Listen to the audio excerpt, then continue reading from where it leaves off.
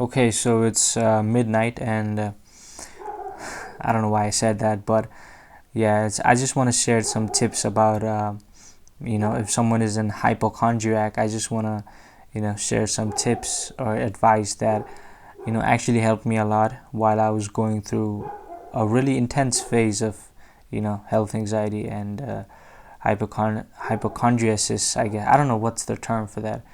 Just I just know like a person is called an hypochondriac, but I just prefer to just say health anxiety. But it is what it is.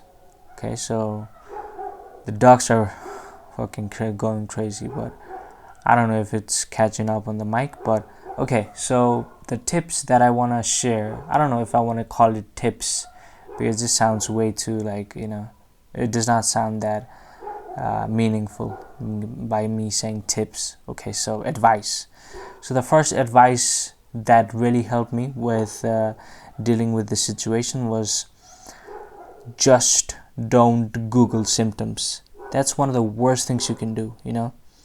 You can obviously go look up symptoms of anxiety, physical symptoms of anxiety.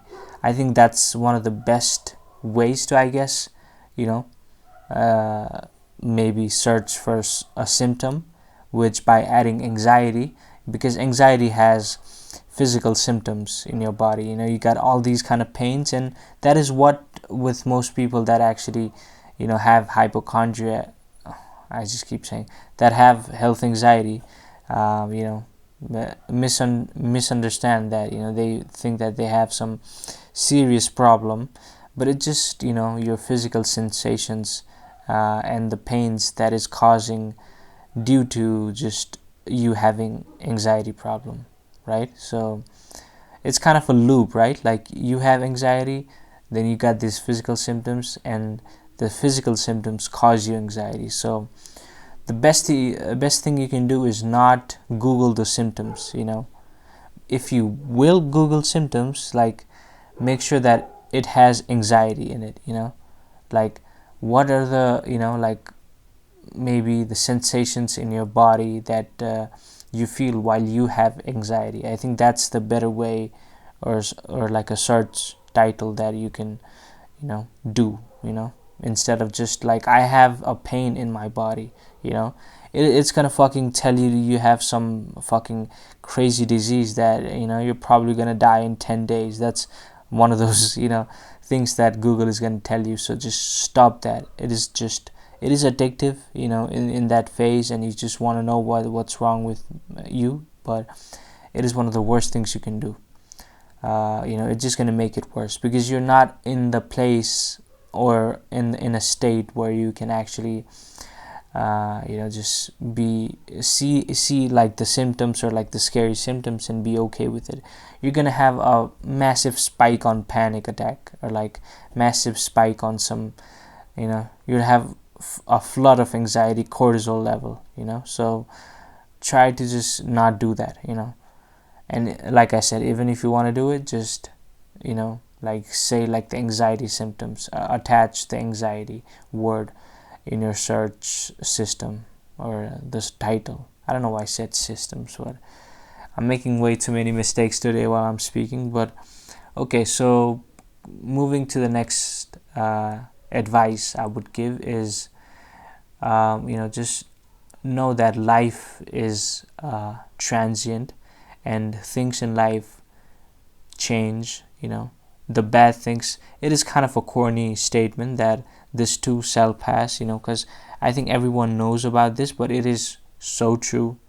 Like everything in life, for some people it might last a bit longer, for some other people it might last even longer, right? But eventually it is gonna pass. That is the truth of life. Change is the absolute truth about life. And it will change, things will change, situations will change, and this phase you might be struggling with, you will get over this. Just maybe not today, maybe not tomorrow, but there's going to be a day, very soon you'll actually change, and it's not going to take a lot of time. You just have to endure it. That's all you can do, and just not do stupid stuff like googling symptoms and stuff, right? That is just gonna delay the recovery process. So that's the thing.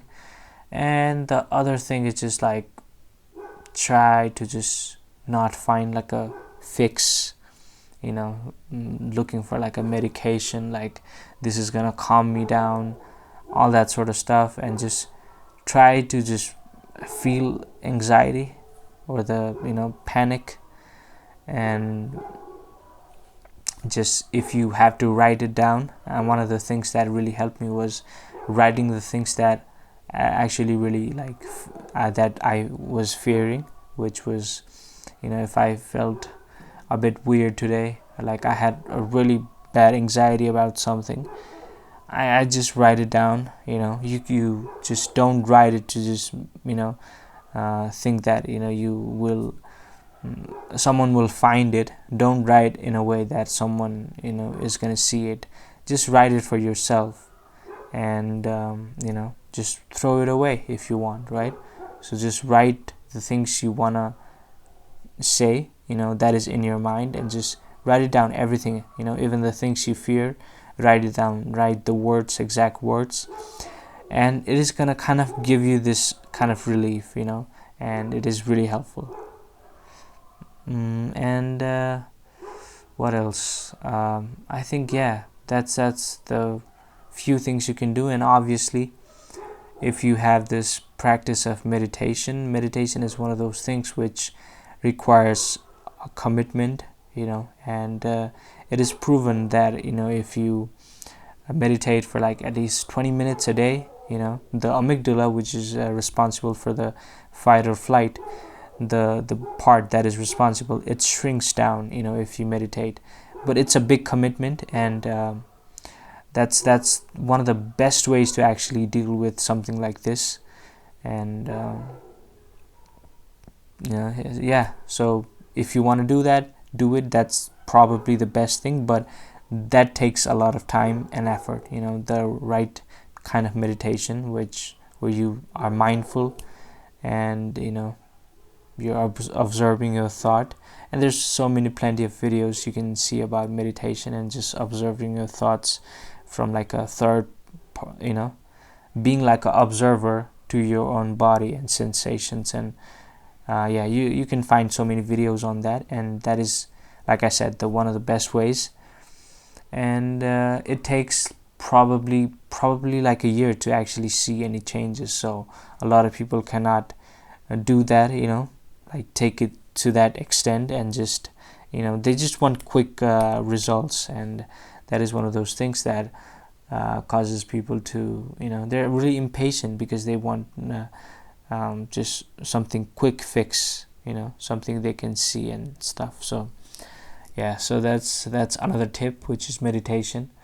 And the last one is, if you actually like something is really bothering you, some kind of body sensations, I think one of the best things to do is go to the doctor. Obviously, but me by saying this, I don't mean that you have some sort of problem. Just going to the doctor and just having the report is gonna assure you for like a few days, at least few days. But what you got to do is, now you have the diagnosis and the paper that has all the reports that everything is normal. You got to just see it every day and just make yourself believe that, yes, I'm fine, yes, I'm good, I'm doing great. You got to remind yourself that. And when you do that, it is gonna be it is obviously gonna, your mind is gonna be like, no, the doctor has probably misdiagnosed you and all that kind of stuff. But if you keep just reminding yourself that, no, that is my brain, that is anxiety actually speaking, that is not the actual truth. The doctor was fine, the diagnosis was fine, because you probably have done it so many times, went to so many doctors. So just be okay with it. Just try your best to be calm with the results you got, and just try to make yourself believe that just yeah, that is the best diagnosis, and that is the truth. I'm fine. And keep seeing that report, and just make yourself believe that you can trust people, you can trust your own body. And yeah, I don't know, like this video is 10 minutes long. I didn't mean to make it 10 minutes long, but yeah, so that's what I wanted to say and share. And I don't know if it made any sense or like helped anybody, but if it did, like I'm glad if it did. And my articulation skills is not that good because English isn't my first language. So yeah, that's what I wanted to share.